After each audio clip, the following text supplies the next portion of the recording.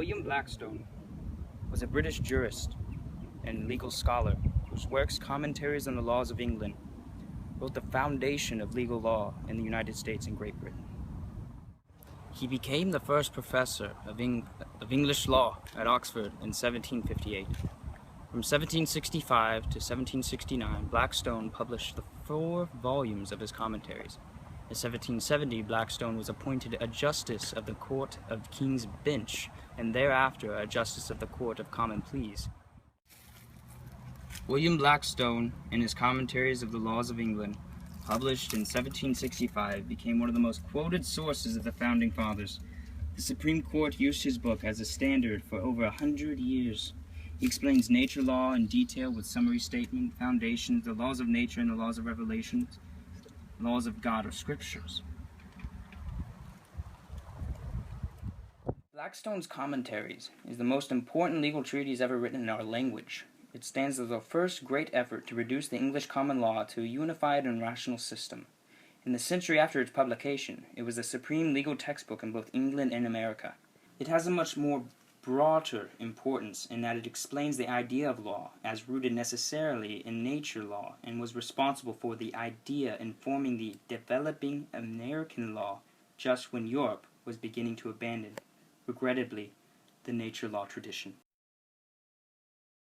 Law, in its most general and comprehensive sense, signifies a rule of action and is applied indiscriminately to all kinds of action, whether animate, inanimate, rational, or irrational.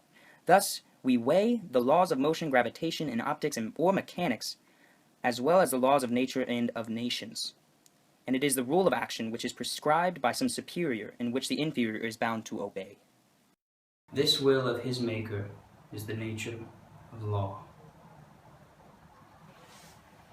God, when he created matter and endued it with the principle of mobility, established certain rules for a perpetual direction of that motion. So when he created man and endued him with a free will to conduct himself in all parts of his life, he laid down certain immutable laws of human nature whereby that free will is in certain degree regulated and restrained, and gave him also the facility of reason to discover the purpose of those laws.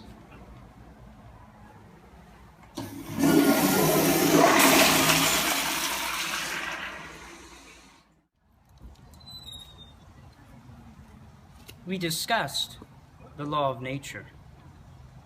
Now let us discuss the revealed law. Human reason, unlike the divine nature and revelation of God's word, is flawed. We don't know what to do. We only try.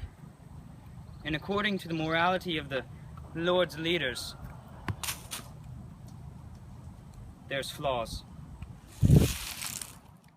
If any human law should allow or enjoin us to commit it, we are bound to transgress that human law, or else we must offend both the natural and the divine.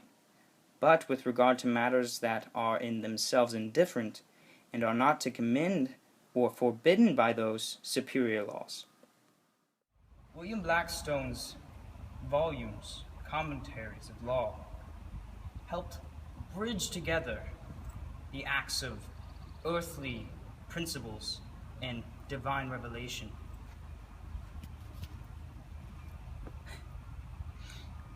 Unlike this, very unsturdy and unstable structures of stone, William's was a full bridge across. The punishment for disobeying these laws, whether they be human reasoning or revelation from God, can be as little as jail time to as high as death. Upon these two foundations, the law of nature and the law of revelation, depend all human laws. That is to say, no human law should be suffered to contradict these. There are, it is true, a great number of indifferent points in which both the divine law and the natural law leave a man at his own liberty, but which are found necessary for the benefit of society to be restrained within certain limits.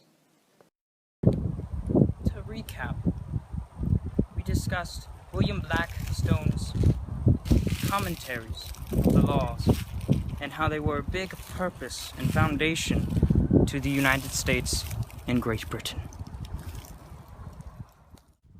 Thank you for watching this historical commentary. For more DVDs like this, visit our website at www.boring.org.